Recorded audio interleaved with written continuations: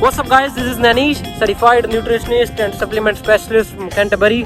Welcome back to my channel and I'm Foodscience. आज मैं एक ऐसी एक्टिविटी के बारे में बात करने जा रहा हूँ जिसको काफ़ी हद तक जो पॉपुलेशन है अवॉइड कर रही है, निगलेक्ट कर रही है कि इससे हमें क्या ही बेनिफिट्स मिलेंगे. But guys believe me, you will be shocked जब आपको पता चलेगा कि खाना खाने के बाद वॉक करने के हमारी बॉडी को कितने हेल्थ बेनिफिट्स मिलते हैं.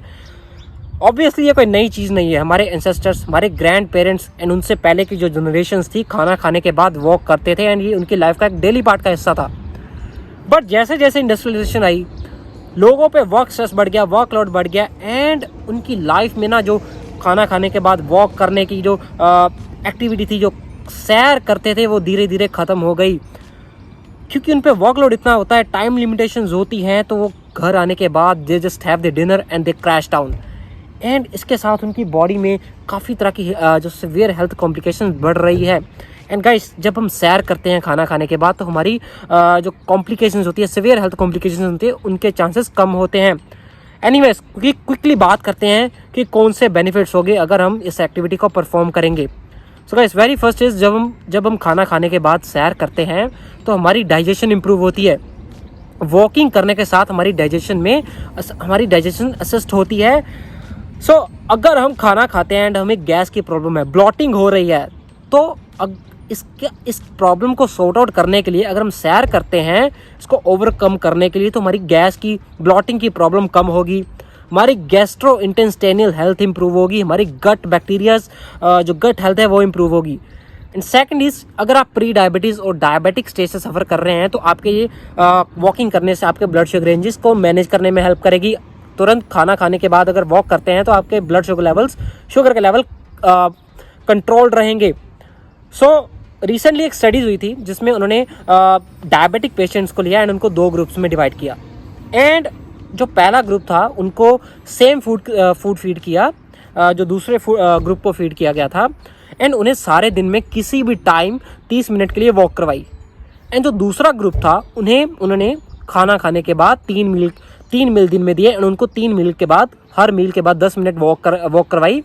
एंड जब उनका रिजल्ट देखा गया तो दूसरे ग्रुप का, जिन्होंने खाना खाने के बाद 10-10 मिनट वॉक की थी, उनके ब्लड शुगर रेंजेस काफ़ी ही अच्छे रहे, काफ़ी मेंटेन रहे. बात करते हैं टोटली सिनेरियो में क्या होता है. जब हम कोई कार्ब फूड कंज्यूम करते हैं तो वो हमारी बॉडी में ब्लड शुगर में कन्वर्ट होता है. वो हमारी बॉडी में ग्लूकोज में अब्जॉर्ब होता है एंड हमारे ब्लड में जो ग्लूकोज होता है उसको सेल में ड्राइव करना होता है. उस सेल को ड्राइव करने के लिए हमारा पैनक्रियास जो होता है वो इंसुलिन हार्मोन रिलीज करता है. एंड फर्दर ऑन जो इंसुलिन हार्मोन होता है उसके रिसेप्टर्स लगे होते हैं हमारे सेल के साथ एंड वो इंसुलिन हार्मोन हमारे सेल पे बाइंड अप करता है. एंड फर्दर ऑन हमें एनर्जी मिलती है. ये it is up to us कि हम वो एनर्जी को बर्न कर रहे हैं या उस एनर्जी के साथ क्या कर रहे हैं. अगर हम नहीं बर्न करें तो फैट गेन होगी. तो बात करते हैं प्री डायबिटीज़ और डायबिटिक स्टेज में क्या होता है, क्या प्रॉब्लम होती है. जब हम डायबिटीज़ और प्री डायबिटीज स्टेज से सफ़र कर रहे होते हैं तो हमारा जो इंसुलिन हार्मोन होता है बॉडी में, वो तो रिलीज होता है कार्ब फूड खाने के बाद, बट सेल के साथ जो रिसेप्टर लगे होते हैं उसके साथ बाइंड अप नहीं होता. एंड इस केस में हमारा जो ग्लूकोज होता है, जो शुगर होती है, हमारे ब्लड में रहती है. एंड इसके साथ हमें काफ़ी तरह के सीवियर हेल्थ कॉम्प्लिकेशंस के चांसेस बढ़ जाते हैं, जैसे कि हार्ट अटैक, कार्डियोवैस्कुलर प्रॉब्लम्स, आपकी जो किडनी रिलेटेड प्रॉब्लम्स है, लीवर रिलेटेड प्रॉब्लम्स के चांसेस बढ़ जाते हैं. और भी काफ़ी तरह की प्रॉब्लम्स होती हैं जिनके बारे में मैं डिटेल में नहीं जा सकता. एनीवेज, बात करते हैं कि वॉकिंग आपके लिए कैसे हेल्पफुल रहेगी, कैसे बेनिफिशियल रहेगी. जब आप कार्ब फूड कंज्यूम करेंगे तो आपके ब्लड में ग्लूकोज रहेगा एंड फूड कंज्यूम करने के बाद तुरंत बाद अगर आप वॉक करेंगे या किसी तरह की कोई 10 या 15 मिनट लाइट एक्सरसाइज करेंगे तो आपका जो ग्लूकोज है ना ब्लड में, वो बर्न होगा. आपका जो इंसुलिन हार्मोन है वो काफ़ी वॉइनेटली, काफ़ी अग्रेसिवली रिलीज नहीं होगा एंड आपके इंसुलिन हार्मोन को रेस्ट मिलेगी. आपके पैनक्रियास में जो बीटा सेल्स हैं उनको रेस्ट मिलेगी, रिसेप्टर्स को रेस्ट मिलेगी. एंड इसी के साथ आपकी डायबिटीज़ की जो प्रॉब्लम है ना, आपके जो ब्लड में शुगर रह जाता है, जो डायबिटिक पर्सन के ब्लड में शुगर रह जाता है, वो शुगर सेल में ड्राइव नहीं होता, उसके लिए काफ़ी बेनिफिशियल है क्योंकि आप उस शुगर को बर्न कर सकते हैं. थर्ड बेनिफिट इज़, ये इसी के साथ रिलेटेड है. अगर आप खाना खाने के बाद ये एक्टिविटी परफॉर्म करते हैं तो आपकी जो इंसुलिन रिसेप्टर है ना, उसकी सेंसिटिविटी इंप्रूव होगी. जो हमें इंसुलिन रेजिस्टेंस की प्रॉब्लम हो जाती है वो सॉर्ट आउट होगी, वो हील होगी. नो, अगर इंसुलिन रिसेप्टर अच्छे से काम करेगा, अगर हमारा इंसुलिन सेंसिटिविटी इनफ होगी हमारी बॉडी में, तो आपकी जो प्री डायबिटीज स्टेज है वो रिवर्स होने के चांस बढ़ेंगे। इसके अलावा आपका जो फैट लॉस की जो आप फैट लॉस करते हो ना, वेट लॉस करना है, ये आपका one of the great way है अगर आप खाना खाने के बाद 10 मिनट सैर करेंगे। क्योंकि अगर आपका इंसुलिन इनफ सेंसिटिव रहेगा, आपका रिसेप्टर प्रॉपरली काम करेगा, तो आपकी बॉडी में जो एडिपोसाइट फैटी एसिड्स है वो प्रॉपरली बर्न आउट होंगे। फोर्थ इज, इस एक्टिविटी को परफॉर्म करने के साथ आपकी बॉडी में जो कॉन्स्टिपेशन की प्रॉब्लम है, बाउल मूवमेंट की प्रॉब्लम है, वो हील होगी, उसको आप सॉर्ट आउट कर सकते हैं। एंड इसके अलावा एक स्टडी में देखा गया था कि एक ग्रुप ऑफ पेशेंट्स को उन्होंने ये एक्टिविटी परफॉर्म करवाई एंड उनके जो कोलोरेक्टल कैंसर्स की जो सिवियरिटी है वो कम हुई।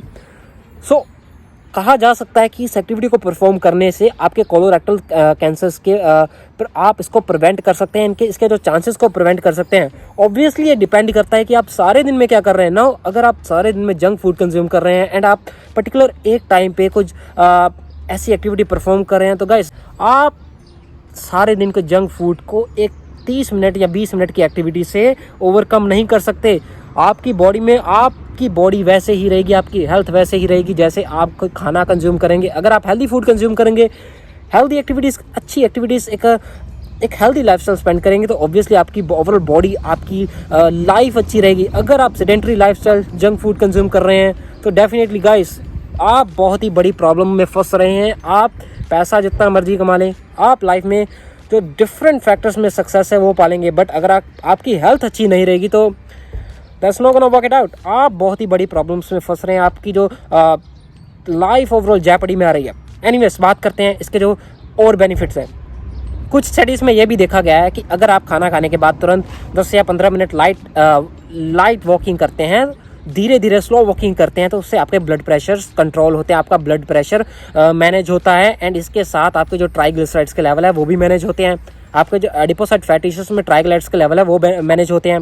एज वेल एज आपका जो लो डेंसिटी लिपोप्रोटीन्स है, कोलेस्ट्रॉल, वो भी कम होता है, which is a winning situation. आपके जो हार्ट रिलेटेड प्रॉब्लम्स हैं, कोलेस्ट्रॉल स्ट्रक हो जाता है आर्टरीज में, उसके चांसेस कम होंगे। इसके अलावा गाइस एक और इसका अमेजिंग बेनिफिट है, अगर आप फूड, स्पेशली अगर आप रात को नाइट टाइम में आप कार्ब फूड कंज्यूम कर रहे हैं, स्पेशली 50 ग्राम से ज़्यादा कार्बोहाइड्रेट फूड कंज्यूम कर रहे हैं, तो उस केस में अगर आप वॉकिंग करेंगे तो आपकी जो स्लीपिंग है ना वो बेटर होगी। नाउ जब हम कार्ब फूड 50 ग्राम से स्पेशली ज़्यादा कंज्यूम करते हैं, लेट्स से हम कोई 2 रोटी एंड कुछ सब्जी कंज्यूम कर रहे हैं, उसके साथ हम 1 गिलास दूध का कंज्यूम कर रहे हैं, तो आपके मिला के ऑलमोस्ट 50 से 60 ग्राम से ज़्यादा ही हो जाते हैं कार्बोहाइड्रेट। एंड उस केस में अगर आप सैर नहीं कर रहे हैं, अगर आपका सेडेंटरी लाइफस्टाइल है, अगर आप you just guys are crashing down on your bed, अगर आप सीधा खाना खाने के बाद सो रहे हैं, तो उस केस में आपके blood sugar level spike up करेंगे एंड आपके बॉडी में शुगर रहेगा, आपके ब्लड में शुगर रहेगा। एंड इसके साथ आपको फ्रीक्वेंट यूरिनेशन, फ्रीक्वेंट थ्रस्ट की प्रॉब्लम होगी एंड डाउन द रोड काफ़ी तरह के प्रॉब्लम्स होने के चांसेस होते हैं। एंड ऑब्वियसली उस पर्टिकुलर टाइम पे आपकी स्लीप हैम्पर होगी। बट अगर आप 10 या 15 मिनट वॉक करेंगे, सो गाइस आप 10 या 15 मिनट वॉक करके देखिए, अगर आपको स्लीप नहीं आ रही अच्छे से, आपकी लाइफस्टाइल काफ़ी स्ट्रेस ज़्यादा है एंड आपको स्लीप नहीं आ रही, तो अगर आप 10 या 15 मिनट वॉक करेंगे तो ऑब्वियसली आपकी स्लीप इंप्रूव होगी, आपका स्लीप पैटर्न इंप्रूव होगा। बाय द वे, इसके बारे में एक टिप आपके साथ शेयर करता हूं कि अगर आप वॉक करते हैं, आपको उसका मैक्सिमम बेनिफिट्स कैसे रीप आउट करने हैं, कैसे आप उसके जो मैक्सिमम पोटेंशियल बेनिफिट्स हैं वो कैसे निकाल सके, कैसे आप। तो गाइस काफ़ी स्टडीज़ में ये देखा गया है कि हमें कोई फास्ट वॉकिंग नहीं करनी, हमें ब्रिस्क वॉकिंग नहीं करनी, हमें काफ़ी स्लो पेस्ड वॉकिंग करनी है।